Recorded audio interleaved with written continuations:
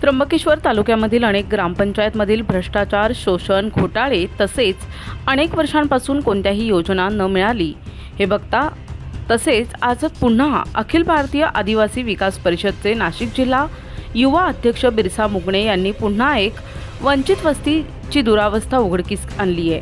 त्र्यंबकेश्वरमधील नांदगाव कोहली ग्रामपंचायतमधील ही घटना आहे। बिरसा मुगणे यांचं म्हणणं आहे की आज भारत देशाला स्वातंत्र्य मिळून 75 वर्ष होऊन देखील माझा आदिवासी बांधव हा वंचित का राहिलाय।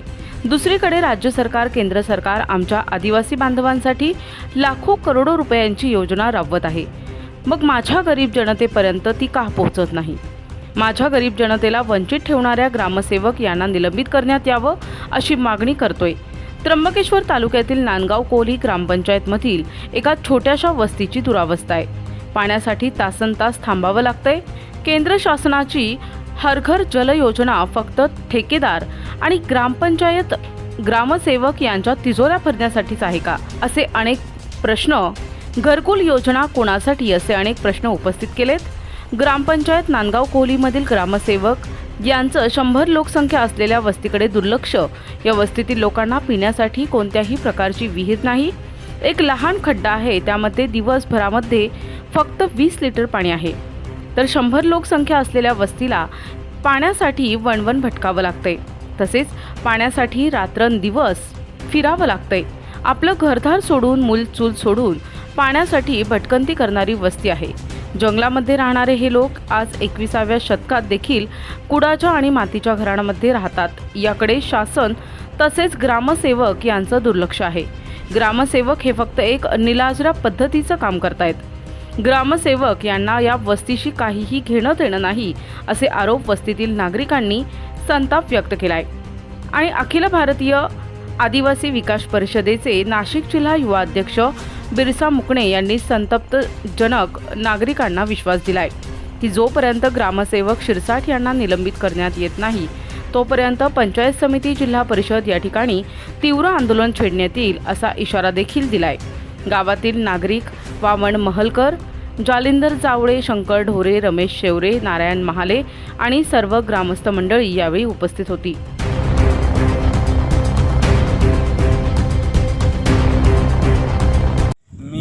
बिरसा मुगणे, अखिल भारतीय आदिवासी विकास परिषद नाशिक जिल्हा युवा अध्यक्ष। त्र्यंबकेश्वर तालुक्यातील नांदगाव कोहली ग्रामपंचायतपैकी ठाकूरपाडा या गावामध्ये अतिशय पाण्याची गंभीर समस्या आहे। तर आज आम्ही हरसूल या रस्त्याने जात असताना इथे एक ठाकूरपाड्याच्या साईडला एक कावरे वस्ती, या कावरे वस्तीच्या जवळ एक लहानसा पाझर असलेला एक झिरं आहे। तर या ठाकूरपाड्यामधील एक महिला 6 वाजेच्या सुमारास त्या पाणी आणण्यासाठी आल्या होत्या। तर पाणी या एक खडा एकदम अतिशय लहान आहे, तर त्यांनी 1 तासानंतर एक हांडा भरला। तर अजून या महिलेचे कमीत कमी 2 आणि 3 4 हांडे बाकी आहेत भरायचे।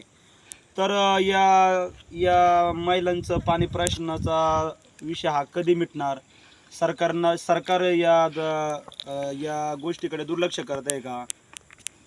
सरपंच ग्रामसेवक यांचं या महिला वर्गाकडे किंवा या दुर्लक्ष आहे, म्हणून या महिला वर्गाला दिवसापासून तर रात्रपर्यंत पाणी वाहण्यासाठी लागत आहे। तर या महिलांनी आता इथं पाणी आणण्यासाठी बसले आहेत, तर हे म्हणतात आम्हाला 8 वाजेपर्यंत इथं थांबावं लागेल। मग 8 वाजेपर्यंत या महिलांचे 2 आणि 3 4 5 6 भांडे भरून ती तिच्या घरी घेऊन जाणार। नंतर 8 वाजेला ती घरी पोहोचणार आणि 9 वाजेपर्यंत ती स्वयंपाक करणार। मग ती जेवणार कधी, स्वयंपाक करणार कधी, तिचे मुलं बाळ कोण सांभाळणार, तिचा घराचा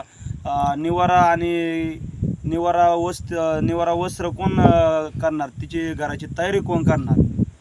तर या गोष्टीकडे शासनाने गंभीर लक्ष द्यावे आणि ग्रामसेवक आणि सरपंच यांनी पण या ठाकूरपाड्याची पाण्याची व्यवस्था करावी।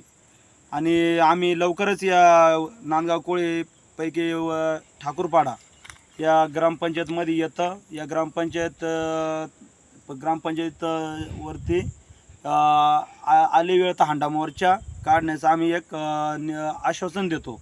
आणि सर्व ठाकूरपाडच्या आणि कोळीच्या महिलांना घेऊन या नांदगाव कोळी ग्रामपंचायतीवरती लवकरात लवकर अखिल भारतीय आदिवासी विकास परिषद यांच्या मार्फत तीव्र आंदोलन छेडण्यात येईल असं मी जाहीर आवाहन करतो. आणि माझ्या तमाम आदिवासी बांधवांना ठाकूरपाड्यातील नांदगाव कोळीतील मी एक आवाहन करतो की त्यांनी या मोर्चात सहभागी व्हावे आणि या मोर्चाचा सुरळीत नियोजन होईल. आणि केंद्र शासन जल मिशन अंतर्गत एक जल शिवार योजना जल मिशन योजना राबवत आहे. तर हा जल मिशन योजना नसून ही खोटी जल इंजिन योजना त्यांनी राबवली आहे. फक्त पैसा काढायचा शासनाचा आणि तो कसा तरी ग्रामसेवक सरपंच यांनी उधळायचा आणि तो कुठेतरी बोगस ठिकाणी खर्च करायचा, त्याचे बिल्लं काढून खायचे. तर अखिल भारतीय आदिवासी विकास परिषदेच्या माध्यमातून BDO, CO आणि तहसीलदार आणि कलेक्टर यांना आम्ही निवेदन देणार आहे त्र्यंबकेश्वर तालुक्याच्या वतीने. आणि त्र्यंबकेश्वर तालुक्यातील सर्व आडोपाडे खेडे यांच्या जे जलजीवन योजनेचे कामं रखडले आहेत आणि ते त्वरित चालू करण्यात यावे. आणि नाही चालू केले तर अखिल भारतीय आदिवासी विकास परिषदेच्या माध्यमातून तहसील कार्यालयावरती आणि जिल्हा परिषद CO मॅडम यांच्यावरती आणि BDO अधिकारी आणि तहसील कार्यालय त्र्यंबकेश्वर या कार्यालयावरती तीव्र स्वरूपात आंदोलन छेडण्यात येईल अखिल भारतीय आदिवासी विकास परिषदेच्या माध्यमातून. आपलं नाव काय हो? वामनचंद्र मालकर. आणि आपण काय काम करता? काय शेतीच काम करतो, पण पाणी नाही प्यायला, काय करायचं? तुम्ही पाणी कुठून घेता? पाणी इथून वळावरूनच घेतो. वळवून. किती वाजता जावं लागतं तुम्हाला पाणी भरण्यासाठी? काय 8 वाजता गेलं पार 12-1 वाजायचे पाणी भरतात. तुमची मंडळी जाते. आणि किती हांडे येते? काय 2 हांडे येते. म्हणजे तुम्हाला 2 हांडे पाणी भरण्यासाठी 12-1 वाजता. मग आणि मग 2 हांड्यात तुमचं भागतंय का? कायचं भागत पाणी? मग काय करता तुम्ही? आता पाणीच नाही, त्याला करायचं काय? मग संध्याकाळी डबल जाता का त्याच्यावरती भागवता? संध्याकाळी जर नंबरच लागत नाही तर ते आणायचं कुठून पाणी? पाण्याची सोय तुम्हाला विहीर आहे का कसं आहे? ते खड्डा खणलेला आहे. खड्डा खणलेला आहे. एवढा खड्डा, ते खड्ड्यात काय पुरणार आहे आपलं? म्हणजे एका हांड्यासाठी तुम्हाला 3-4 तास लागतंय. मग सकाळी 5 वाजता उठून तुम्हाला पाणी भरायला जावं लागतं. तुमची मंडळी घरात किती वाजता येते पाणी भरून? ती 12-1 येते. 12-1ला? मग मग तुम्ही कामाला काय जाताय? घरातला स्वयंपाक कधी करता? मुलं बाळा कधी सांभाळता ते? तेच येऊन पडलं ना. आणि हे घर का बरं असं आहे म्हणजे असं? घराला ते बांधलंय आपण. मग तुम्हाला अशी अपेक्षा नाही का शासनाने तुम्हाला घरकुल दिलं पाहिजे? ऐका ना, शासन आपल्याकडे ना शबरी आवास योजना राबवतंय, त्याच्यानंतर पंतप्रधान आवास योजना, इतक्या योजना आहेत आपल्याकडं गरजू आणि गरजू लोकांसाठी. मग तुम्हाला का नाही दिलं? तुम्ही बोलले का सरपंच ग्रामसेवक यांना? सरपंचाला बोलला आपण, ग्रामसेवकला नाही मग यांनी दुर्लक्ष केलं का आपल्याकडं? बोलला. आता दुर्लक्षित केल्यासारखं वाटत ना. म्हणजे अतिशय बिकट परिस्थिती आहे तुमची सध्या. म्हणजे पाण्याची सोय अजिबात नाही. आणि सोयाचं नाही, ते करायचं काय? म्हणजे एक हांडा पाण्यासाठी तुम्हाला कमीत कमी 3 तास लागतं का? मग आणि एका हांड्याने भागतंय का तुमचं? कायचं भागत आहे? नाही ना. नाही भागत. मग तुमचं काय आहे? तुमचं म्हणणं काय आहे सरकारविषयी? तुमचं काय काय? पाणी दिलं पाहिजे, आपल्याला विहीर खोदून दिलं पाहिजे, दुसरं काय पाहिजे? आणि तुम्हाला निवारा पाहिजे, घराचं पाहिजे. आणि तुम्ही इतका वस्तीवर राहते, अशी तुमची किती वस्ती, या वस्तीवर किती घरं असते? इथे वस्ती म्हणजे 6-7 वस्ती आहे. 6-7 वस्त्या. म्हणजे सुमारे तुमचे 80-90 लोक राहतात इथं. मग 80-90 लोक मिळून तुम्हाला फक्त तो एक छोटासा खड्डा आहे पाण्यासाठी. मग आणि तितक्या लोकांना तो दिवसभर पाणी पोचणार का? त्या जरा कोणाला लागत होई नंबर, कोणाला लागतही नाही. कमीत कमी त्या खड्ड्यामध्ये किती लिटर पाणी असेल? त्याच्यात काय दिवसभरात 100 लिटर पण पाणी नसतं. 100 लिटर पण पाणी नसेल. मग इतकं सगळं 80-90 लोक आहेत आणि 80-90 लोकांना 100 लिटर पाणी कसं काय पुरणार आहे?